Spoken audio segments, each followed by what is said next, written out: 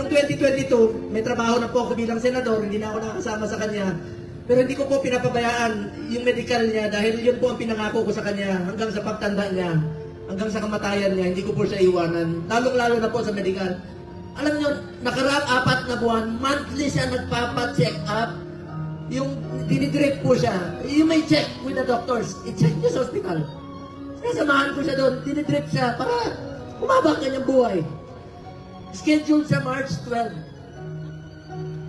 Pero ngayon, pati gamot ipagkakait. February, umpisa nung December, siya sa Cardinal, sinamahan ko siya.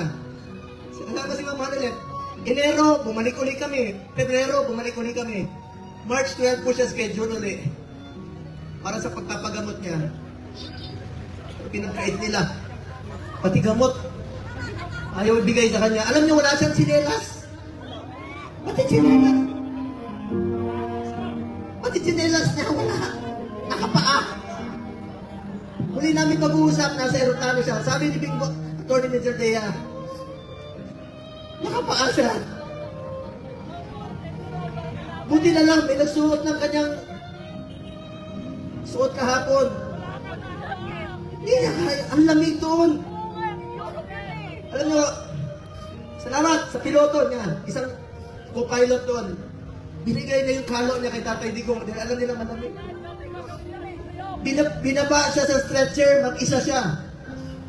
Hindi alam ni Atty. Major Dea, saan siya dinala. Ito bang kabayaran sa ginawa niyang pagsasakripisyo, pagmamahal at paglilingkod para sa bayan? Dasal po tayo. Please lang, yan lang po ang pakiusap ko sa inyo. Sana huwag siya pabayaan ng Panginoon. Ako po ay natatakot. Natatakot sa kanyang kalagayan. Sanay po siya na inaabot sa kanya ang lahat. Damit, pagkain, itong medisina po.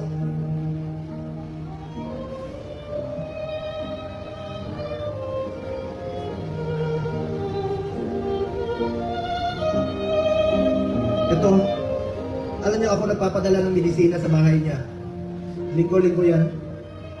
Ang dami nito, Lyrica, Crestor, Letaal, 1, 2, 3, 4, 5, 6, 7, 8, 9, 10, 11, 12, 13, 14, 15, 16, 17, 18, 19, 20, 21, 22, 23, 24, 25, 26, 27. 27 na gamot. Sinong mag-aabot sa kanya? Meron siyang, meron siyang oxygen concentrator. Dahil dun sa Buerger's disease niya na 80 years old, kukulong na po sa Banyaga.